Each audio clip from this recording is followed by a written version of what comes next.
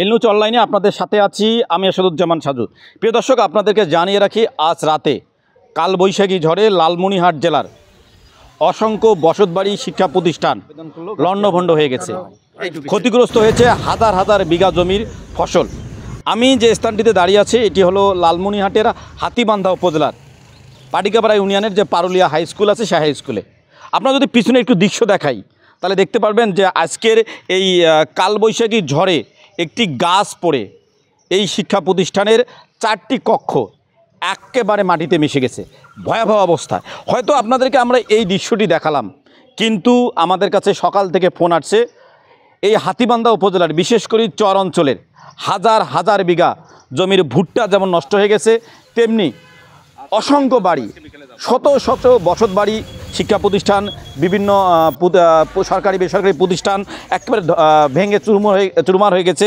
আপনাদেরকে যদি বলি যে লালমনিরহাট বুড়িমারি যে মহাসড়ক, সেই লালমনিরহাট বুড়িমারি মহাসড়কের বিভিন্ন স্থানে গাছের ডাল গাছ ভেঙে পড়ে একটা যোগাযোগ ব্যবস্থা পর্যন্ত বিচ্ছিন্ন হয়ে গেছে। আমরা একটু কথা বলবো এই স্কুলের প্রতিষ্ঠান প্রধান, তার সঙ্গে কথা বলবো এবং ঝড়ে তার ক্ষতির পরিমাণ একটু জানার চেষ্টা করব। স্যার একটু আসবেন, আপনার কাছে জানার চেষ্টা করব বা জানতে চাবো আজকে ঝড়ে আপনার কী ক্ষতি হয়েছে, কীভাবে হলো একটু বলুন। ধন্যবাদ আপনাকে।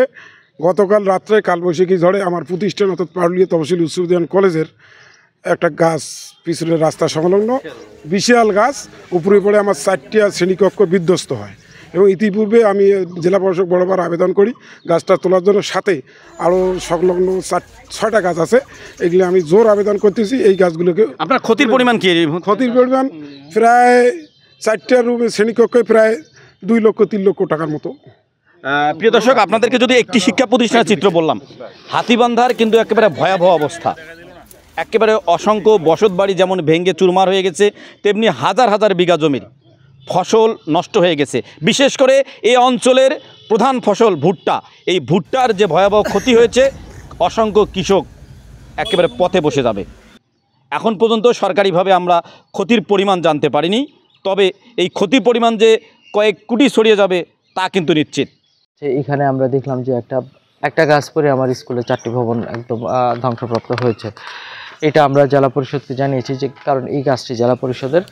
আমরা ক্ষয়ক্ষতির পরিমাণ নিরূপণ করার চেষ্টা করছি। আমার পিএও আমার সাথেই আছেন। আমরা এসওএস ফর্ম যেটা আছে আমাদের দুর্যোগের, সেই ফর্মটাতে আমরা তথ্য প্রেরণ করছি, জেলা প্রশাসক মহোদয় বরাবর তথ্য প্রেরণ করছি, যেখানে ক্ষয়ক্ষতির জন্য যে অধিদপ্তর যে পরিমাণ দিতে পারে, ক্ষতিপূরণ দিতে পারে সেটা দিব। পাশাপাশি দরিদ্র জনগণ যদি আমরা দেখার পরে যদি ইমার্জেন্সি কিছু প্রয়োজন হয় সেক্ষেত্রে আমরা উপজেলা পরিষদের পক্ষ থেকে তাদেরকে যদি শুকনো খাবার বা কোনো কিছু প্রয়োজন হয় সেটা সরবরাহ করব। আর ক্ষয়ক্ষতির পরিমাণটা এখন আমার নিরূপণ চলছে, এটা এখনও বলা যাবে না। তবে আমার কাছে রাফ এস্টিমেট আমরা শুনেছি প্রায় শতাধিক ঘরবাড়ি ক্ষতিগ্রস্ত হয়েছে। ক্ষতির মাত্রাটা আমরা পুরোপুরি যখন আমাদের নিরূপণ হবে তারপরে সরাসরি বলতে পারবো। এখন আমাদের নিরূপণ চলছে। কোন এলাকা থেকে ক্ষতির খবর আসছে? আমি ক্ষতির খবর পেয়েছি পাটিকাপাড়া, এদিকে ডাওয়াবাড়িতে খবর পেয়েছি, সিন্ধুনা থেকে খবর পেয়েছি। 3টি ইউনিয়ন থেকে এখন পর্যন্ত আমি জানি। বাকি ইউনিয়নগুলোতে আমাদের খোঁজ চলছে। যদি কোথাও এই ধরনের ক্ষতিগ্রস্ত হয়ে থাকে সেগুলো আমাদের হিসাবে বা নিরূপণে আসবে।